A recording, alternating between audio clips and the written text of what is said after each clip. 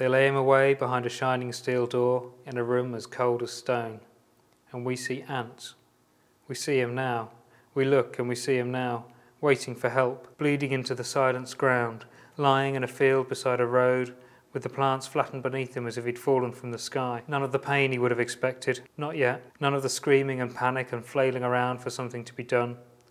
Only this whispering numbness, this stunned state in which it takes him a moment to understand where he is, to understand that some homemade bomb has thrown their Land Rover into the air, has blown another hole in the road, has killed more of his mates and done who knows what to him, lifted him from the surface of the earth and hurled him down into this field of waist-high stalks. The flower heads looking down at him where he lies, waiting for someone to come, for some sensation to come seeping back into his body.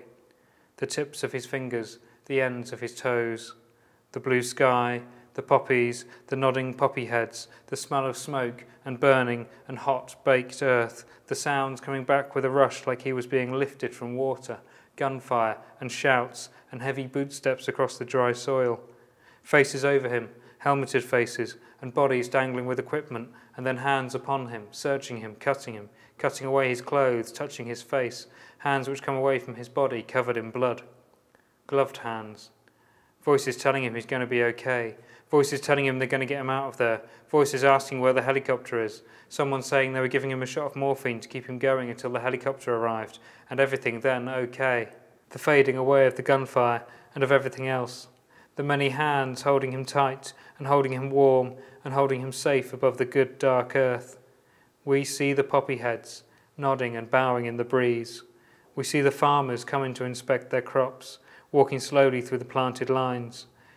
We see the farmers returning in the mid-afternoon to score shallow wounds in each pod and let the milk-white sap seep out into the warming sun and harden and cool into blisters of blackened gum as he lies there, watching, waiting.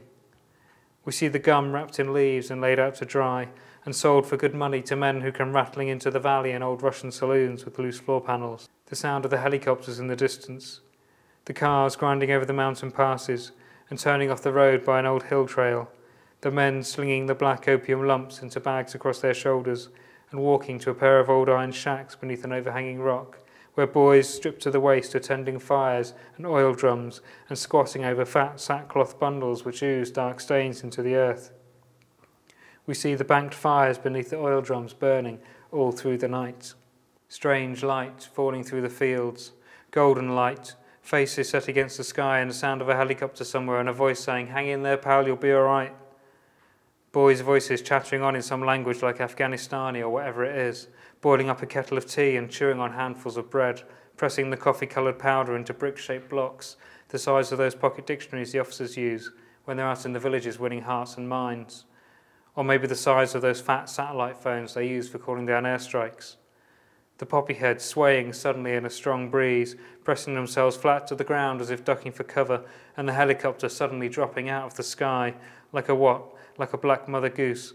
What were they even doing in bloody hell, man? And all the warm hands lifting him through the air, over the field, into the belly of the mother, and the mother lifting high over the landscape, over the fields and the mountains and the roads and trails which wind almost invisibly through the valleys and passes, over the pair of shacks where the bare-chested boys are bundling up dozens of powder bricks and loading them onto dust-coloured mules who wait patiently in the midday heat before setting off in long, ambling trains through the hills. And the mules keep walking steadily for days, while somewhere overhead, Ant still lies in the belly of the helicopter as it clatters over the landscape, angry and low, its shadow rising and falling as he looks up at the faces around him and feels the warm embrace of the morphine flooding through his broken body, while men with rifles and rucksacks full of heroin scramble over the mountain passes which cross the border into Iran, making their way down to the roads, where convoys of Toyota pickups are waiting to race across the plains towards the city, tensed for battle against the government soldiers who are waiting for them, soldiers who are now checking their weapons and sipping mint tea, listening to the evening's briefing, watching the sun dip behind the mountains and wondering why they should sacrifice their lives to interrupt this torrent of wealth passing through their land on its way to the marketplaces and back rooms of the city, to the Turkish border and far beyond, while they stay here and watch the sun dip behind the mountains and listen to the evening's briefing, and watch through night vision binoculars as shimmering Toyota pickups come racing towards them from out of the moss-green, fearful dark. The same darkness from which the helicopter drops down into Camp Bastion, resting lightly on the ground for a moment, while the many hands carry Ant out into the warm, dusty air, the helicopter already falling away as he's taken through to an operating theatre, where the surgeons are waiting, with forceps and scissors and an electrical saw. And as they pour more drugs in through the hole in his arm, pushing him over the edge into a deep, dark, painless sleep, he sees in a single whirling moment what we all can see. This strange journey the seeping poppy gum takes across continents, from an Afghan field to an English city street, carried by mules and men and pickup trucks, through shacks and labs and mountain passes, across borders, through hotel rooms and tea shops and dark-windowed cars, stuffed into bags and suitcases and petrol tanks, coffee jars, coal sacks, butchers' vans, freight containers, arseholes and vaginas and crudely stitched wounds, forced in and out of desperate bodies, glued in under wigs and false beards and fake pregnant bellies, squeezing into Europe through the narrow gateway of Istanbul and on through the transit routes of Kosovo and Macedonia and Bosnia, bloody Bosnia. Shipments bought and sold by men with dark glasses at cafe tables looking over the sea, suitcases of money changing hands in back rooms and bathrooms, arguments settled by fists and knives and boys with borrowed pistols buzzing past on scooters, the cargo gathering weight and value and bloody narrative as it hurtles on through Italy and Germany and Holland and Belgium and France, and as Ant rumbles his way home in the hold of a Hercules, his leg cut down to a bandaged stump, he flies over an English channel across which the heroin shipments are pouring, in fishing boats and yachts and speeding cruisers, in light aircraft, in the distended stomachs of human mules pacing the decks of passenger ferries, in the backs of container lorries bringing the stuff in by the ton to be driven on to warehouses and safe houses across the country, weighed and cut and bagged again on kitchen tables and workshop benches, sold on and split and sold on again, broken down into smaller and smaller batches until a bald-headed man in a baggy tracksuit gets out of a BMW on the Milton estate, jogs up the concrete stairs of a tower block to the 9th floor, knocks twice on the steel door and walks in.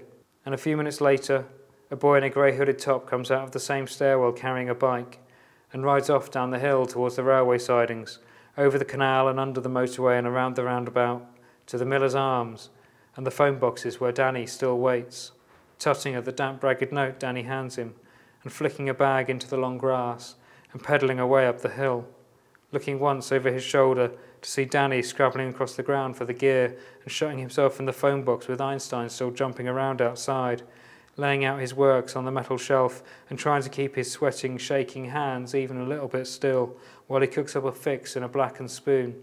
Too much. Holding his breath as he jabs the needle into the filter and draws up the coffee-coloured juice. Too much. He knows it's too much, or he thinks it might be, but so what? He wants to make sure. So what? He doesn't care.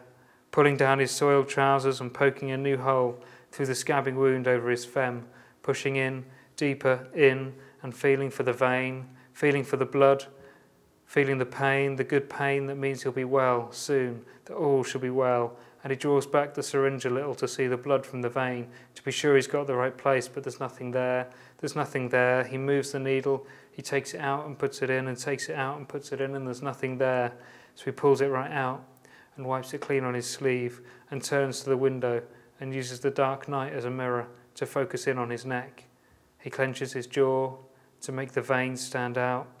He chooses a vein and watches closely in the darkly lit glass and pushes the needle in to a good new vein, a clean vein, the blood billowing back into the syringe, and he eases the plunger down, down, and feels the gear charging through his body's borders, around his bloodstream, through his heart and his lungs and his brain, and it feels good, good, good. He feels well again, he feels whole again, he feels sorted at last, he feels what? He feels warm and clean and wrapped up in silk and tissue and cotton wool. He feels the way he felt when he first began.